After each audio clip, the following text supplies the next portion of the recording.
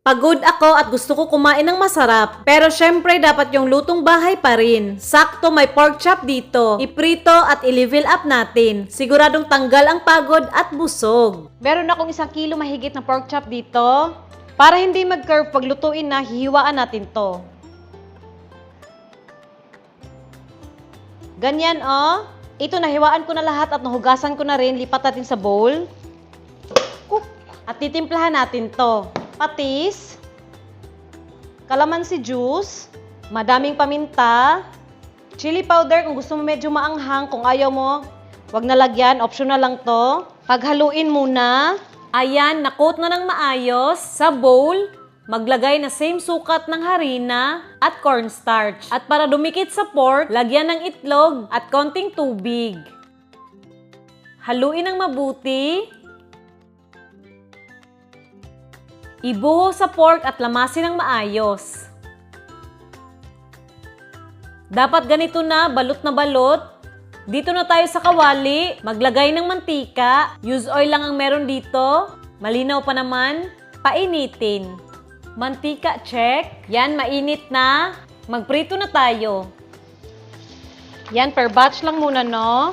Yan, prituhin lang natin to hanggang maging golden brown, no? Ayan na, oh. Hanguin. Wow! Sobrang nakakatakam. Yung ibang batch naman,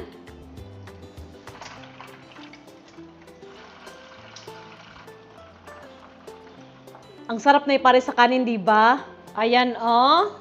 Oh. I-level up natin nung gagawa natin ng masarap na sauce. Painitin ang kawali. Mag-melt ng mga 2 kutsarang butter. 1 kutsarang mantika na pininituhan natin. Yan, i-melt muna ng maayos. At yan, oh, natunaw na yung butter. 2 kutsarang minced garlic. Haluin. Yan, medyo palambutin natin yung bawang. Pag ganyan na yung itsura, oh. Maglagay tayo ng honey, mga 4 na kutsara. At para may alat, 1 kutsarang toyo, pang badagdag kulay na rin. Haluan ng mabuti. In fairness ha, ang bango. Pag ganito, oh, na medyo lumapot na, isa-isa na natin ilagay ang pork chop. Ha, tapos i-brush lang. Yan oh. Yan oh. Tapos lipat sa plato. Parsley lang. Ayan na yung itsura oh. Wow. Subukan nga natin. Oh. Tanghalian namin to guys.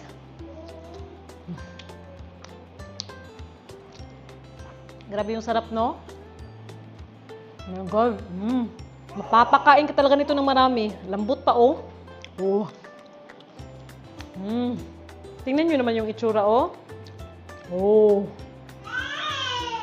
Must try, guys. Tapos sobrang easy lang gawin. Kakain na kami ng kanin.